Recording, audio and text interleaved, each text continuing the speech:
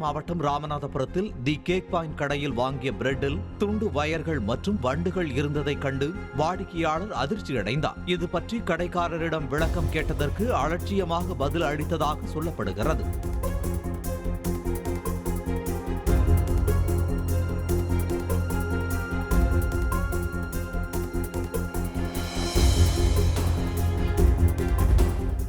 Cake பாயிண்டில் வந்து இங்கே ராமநாதபுரத்தில் இருக்கிற கேக் பாயிண்டில் வந்து 4:30 ஒரு 4:35 அந்த மாதிரி இருக்கும்.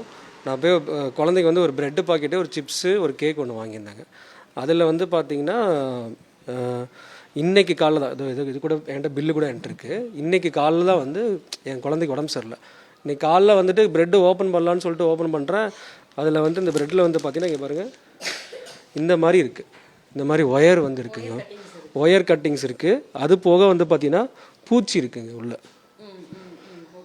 இது வந்து நான் அவங்களுக்கு ஃபோன் பண்ணி காலைல நான் கேட்குறேன். நான் பக்கத்தில் இருக்க, நான் போகலை. ஏன்னா போனோம் அப்படின்னா வந்து அவங்க உடனே வந்து இந்த கேக்கை வந்து ப்ரெட்டை வாங்கிட்டு வேறு ப்ரெட்டு ரீப்ளேஸ்மெண்ட் பண்ணிடுவாங்க.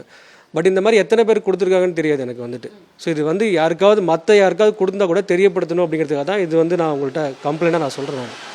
இது அவங்கள்ட்ட சொல்லும்போது, சார் ஏதாவது எலக்ட்ரிக் ஒர்க் நடந்திருக்கு எங்கள் இதில் ஃபேக்ட்ரியில், அதனால் ஏதாவது ப்ரெட்டில் வந்து கட் பண்ணி ஒயர் வந்திருக்கும் அப்படின்னு சொல்லி அசால்ட்டாக பதில் சொல்கிறாங்க அவங்க வந்துட்டு. ஸோ அந்த ஒரு ரீசனுக்காக தான் நான் வந்து இப்போ நான் வந்து கம்ப்ளைண்ட் பண்ணதே வந்துட்டு. இது வந்து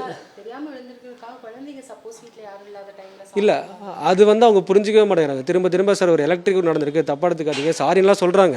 பட் நான் என் குழந்தைக்கு நான் கொடுத்துருந்தேன் அப்படின்னா, நாளைக்கு இதில் வந்து பார்த்தீங்கன்னா அந்த அலுமினிய கம்பிலாம் இருக்குது அந்த ஒயரில், அது என் குழந்தைக்கு உள்ளே போயிருந்தேன்னா அதனோட பாதிப்பு எப்படி இருக்கும் யோசிச்சு பாருங்கள். நாளைக்கு ஏதாவது பிரச்சனை அப்படின்னா நான் யார்கிட்ட போய் கம்ப்ளைண்ட் பண்ணுறது? இதனால நடந்துச்சுன்னா கூட எங்களுக்கு தெரியாது. எங்களுக்கு இப்போ நம்ம சப்போஸ் பார்க்காம கொடுத்துருக்கோம் அப்படின்னா கூட இதனால தான் நடந்திருக்கா அப்படின்னு கூட யாருக்குமே தெரியாது.